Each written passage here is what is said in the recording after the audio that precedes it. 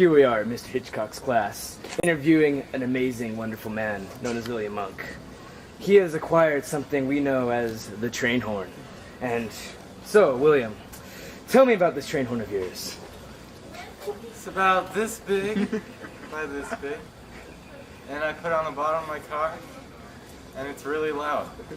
What inspired you to get this train horn? Well, I like to think of my inspiration as Alejandro. He's everyone's inspiration.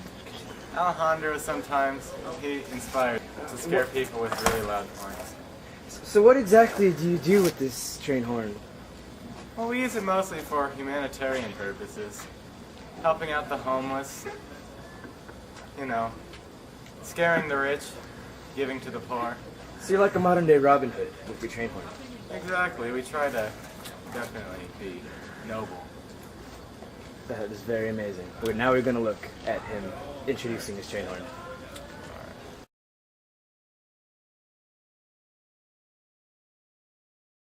Well,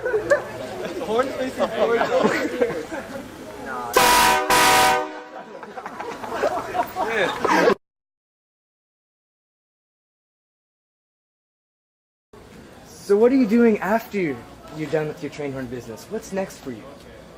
we're going for the cruise ship.